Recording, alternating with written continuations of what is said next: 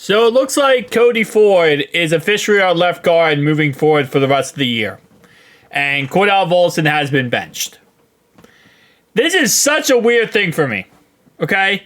This makes absolute no sense. Out of all the time, Cordell Volson has looked like absolutely dog water. Now you bench him? Like, now you say, that's it. That's the line. And what did he really do that made the line happen? And also, Cody Ford's not an upgrade. I don't know what the coaching staff doesn't understand about this. Cody Ford's not much better. He's not. If anything, put Matt Lee at left guard and see how he plays. I'd rather see Matt Lee there than Cody Ford. I don't really understand the perspective. And then to say that he's earned this, how exactly? He was left tackle versus a Ravens game. He didn't look good. He looked really bad. Last week versus the Steelers, again, PFF, keep this in mind, he did have a 76 pass blocking grade, but he had a 53.9 run blocking grade. And that was his first game at the left guard position. So maybe, I guess, blocking-wise, I haven't looked at the game tape, but maybe blocking-wise, they're going to say, well, yeah, he looked pretty good blocking-wise. I just don't see the situation where this is you fixing the problem. And again, it's like there's so many red flags as question marks. If this is truly what you thought this whole entire year, Cordell Volson sucks, we need a replacement. Why didn't you, A, trade for someone before the trade deadline? Like, if you thought, okay, well, Cordell Volson's not looking that good, we might eventually bench him. Why on God's green earth? When we were still in the thick of things, we still had a chance to be a very good team. Why on God's green earth would you not just go get somebody? Why piss it away? So you knew Cordell Volson was the problem. But you decided, we're not going to go get someone. We're not going to go free agency. We're not going to go through trade. We're just going to simply let it ride. We're going to ride it out with him. And then in week 13 of the season, we're going to say enough is enough, and now we're going to make a change. They asked Bills fans, I think it was last week, they said, who's the worst Bills player you ever drafted? Your biggest bust for any Bills player in history. 3 out of 10 people said Cody Ford. I forgot he was a Buffalo Bill. And 3 out of 10 said Cody freaking Ford. He was a second-round pick for the Buffalo Bills in 2019. 3 out of 10 said he's the biggest bust. And we are champagning him around as a starting left guard on this team. And why did he earn the role at left guard over Cordell Volson? Because he sucked so bad at left tackle. They said, let's see what you can do at guard. And so far, he's had one good game at guard. 76 at guard. Outside of that, look at him at left tackle. Because he sucked so bad, they gave him promotion to left guard. Now, personally speaking, I feel like Cody Ford is a better guard than tackle. He is. That's just a fact.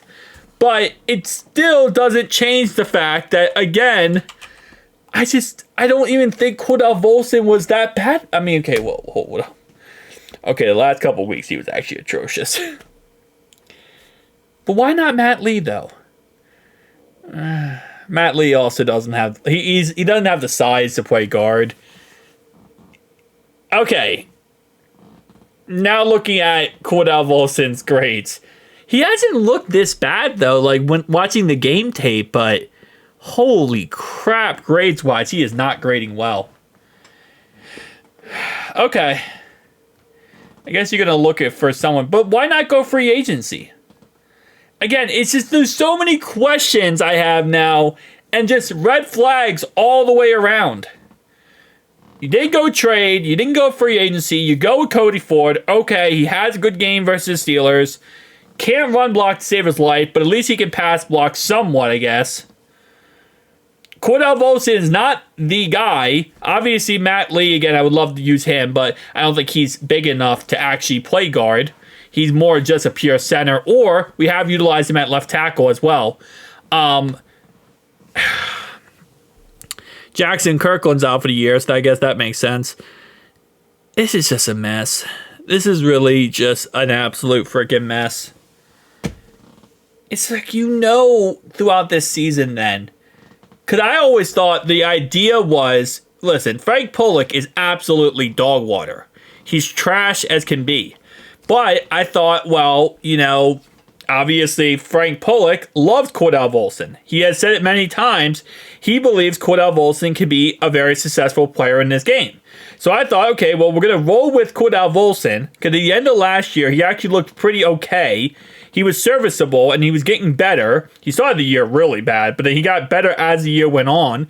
So I was like, okay, well, he's going to get better. He's going to continue to improve. No big deal. We're not going to get rid of him because Frank Pollock is freaking in love with him.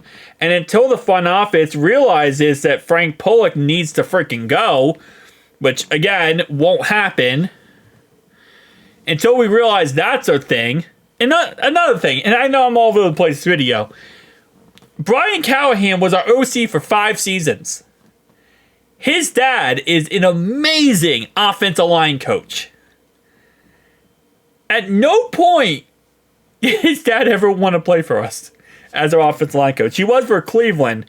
But it's like, once he went to Tennessee, instantly they hired him. Instantly they hired Bill Callahan to go play under Brian, which I find hilarious. Again, I just figured that he would be the starter moving forward, Cordell Volson, the rest of the season, because Frank Pollock. But this is like, it's like we actually got some building blocks to go off of with our, with our coaching staff. Like, okay, so Zach Taylor and the crew said enough is enough. They drew the line for Cordell Volson. But they had to know they were going to draw the line. And if you did, and you literally are not even thinking about getting another guard or a lineman when you know Cordell Volson is the problem. I mean, week 5, he sucked. Week 6, he sucked. Week 7, he sucked. Week 8, he sucked. In no way did you, 1, bench him, or 2, even consider going and drafting someone. You had till week 9, and not one time did you think, wow, we should try to go find somebody.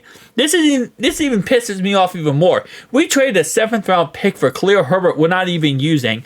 We were trying to trade for a defensive end before the trade deadline, they said, and not one single effort was put toward a guard. You're not trying to protect Joe. You're not trying to keep him upright. You're not trying to make sure he's not hit. How can you say you're protecting my quarterback when this is the outcome that we're getting?